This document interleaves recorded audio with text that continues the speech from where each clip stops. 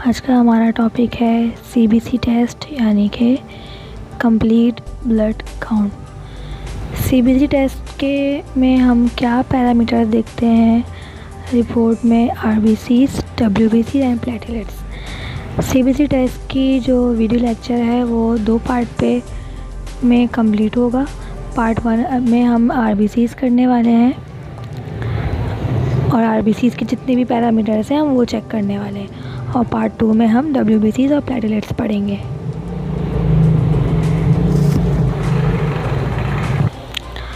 RBCs test की अगर हम बात करें या आरबीसी काउंट भी कह सकते हैं इसको, इसके जो पैरामीटर्स होते हैं जो एक पेशेंट के रिपोर्ट में आपको दिख सकते हैं वो पैरामीटर्स हैं हीमोग्लोबिन यानी कि एचबी, हेमाटोक्रिट, उसको हम पैक्ड सेल वॉल्यूम भी कहते हैं। फिर आता है एमसीवी, एमसीएच एंड एमसीएचसी। इन सबको डिटेल में हम आगे चल के वीडियो में बात करने वाले हैं। चलिए चलते हैं अपने टॉपिक की तरफ।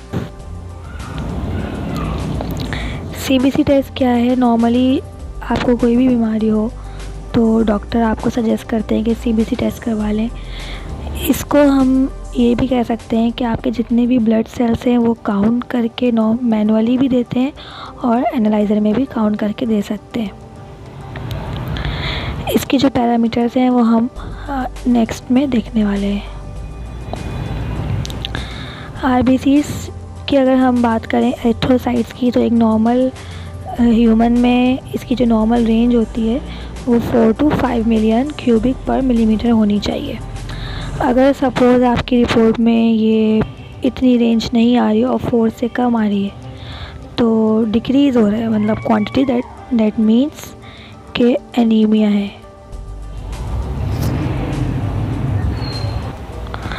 एनीमिया एक कंडीशन है जिसमें बहुत ज़्यादा ब्लड लॉस हो जाता है पेशेंट का।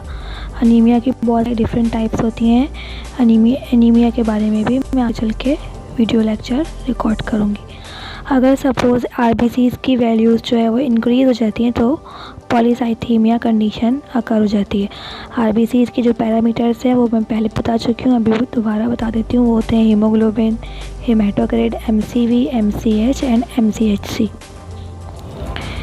हीमोग्लोबिन जो है वो एक प्रोटीन है जो आरबीसीज में होता है। ये आपके ऑक्सीजन को कैरी करते हैं आपके ब्लड में, आपकी पूरी बॉडी में, और जो आपको रेड कलर दिखता है ब्लड में वो भी हीमोग्लोबिन की वजह से होता है।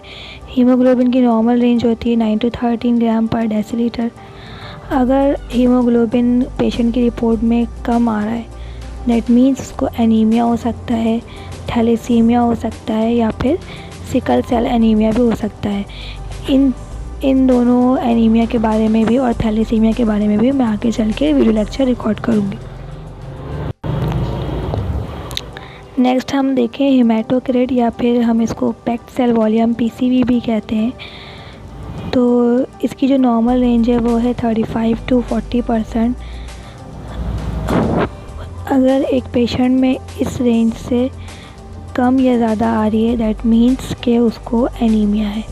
इस तरह अगर हम एमसीवी की बात करें, एमसीवी की फुल फॉर्म होती है mean corpuscular volume. That means कि एक रेड सेल वॉल्यूम पूरे होल ब्लड में। नॉर्मल रेंज जो है इसकी एमसीवी की दैट इज़ 70 to 90 FI। अगर एमसीवी की वैल्यू आपकी बढ़ी भी आ रही है, इंक्रीज़ आ रही है, दैट मीन्स कि आपके पेशेंट में विटामिन B12 की डेफिशिएंसी है। विटामिन B12 का टेस्ट भी फिर फर्दर डॉक्टर आपको सजेस्ट करेगा। और अगर डिक्रीज़ क्वांटिटी आ रही है इसमें तो आयरन डेफिशिएंसी एनीमिया पेशेंट को हो सकता है। नेक्स्ट हम बात करेंगे एमसीएच की। एमसीएच की फुल फॉर्म होती है mean corpuscular haemoglobin. That means कि एक रेड ब्लड सेल्स में कितना हीमोग्लोबिन है, that is called MCH. MCH की नॉर्मल रेंज है 27 to 32 pg। अगर इस नॉर्मल रेंज से कम वैल्यू आ रही है पेशेंट में दैट मीन्स कि आयरन डेफिशिएंसी एनीमिया हो सकता है पेशेंट को। नेक्स्ट है MCHC, that means mean corpuscular haemoglobin concentration. That means एक सेल में हीमोग्लोबिन की कितनी कंसंट्रेशन है, दैट इज़ कॉल्ड एमसीएचसी। इसकी नॉर्मल रेंज होती है 27 to 34%। अगर ये भी कम आ रहा है दैट मीन्स के आयरन डेफिशिएंसी एनीमिया पेशेंट को हो सकता है।